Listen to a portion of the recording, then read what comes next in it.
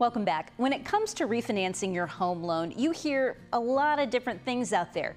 Many people have many different opinions about this. We're going to dive into this topic today on our HomeWise segment. Joining me now is mortgage expert Tyler Osby. Tyler, behind garage door number 1, we are just exploring this idea of when to refinance if in fact that's something you're considering. In your line of work, what do you hear about this? Some common sayings. Oh my gosh. Well, everybody's got something they heard somebody say once and they carry it on forever, right? Yes. So a couple popular ones we hear, if you can save 1%, you should refi, or, marry the house, date the rate. And, cute, but not always accurate, Not right? always accurate, These are yes. just really common sayings we hear.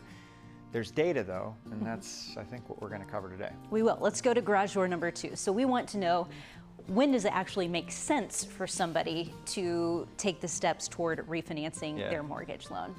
So ultimately, it comes down to what's your goal, right? For a lot of people that we speak with, they're trying to reduce what their interest is and save money on a monthly basis. But maybe your goal is to pay the loan off more quickly, right? You want to make sure you consult with your mortgage professional on what your goal is, so they're custom tailoring this solution around that goal. But when we're looking at refinancing, what we look at is what's the savings monthly and over whatever the amortization time is.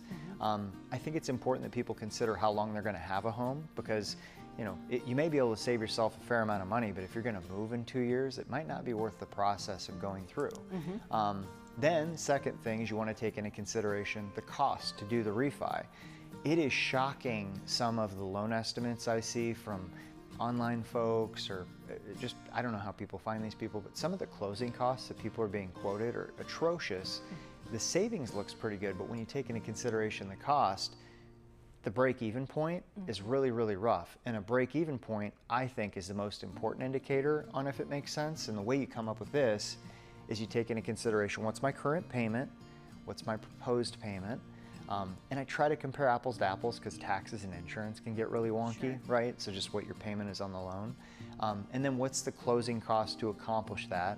And if you take the savings, divide it into the cost, you'll find out how many payments you have to make before you start truly saving money. Because you might save money monthly right up front, but you're burying those costs into the loan a lot of times, even though there's no out-of-pocket expense.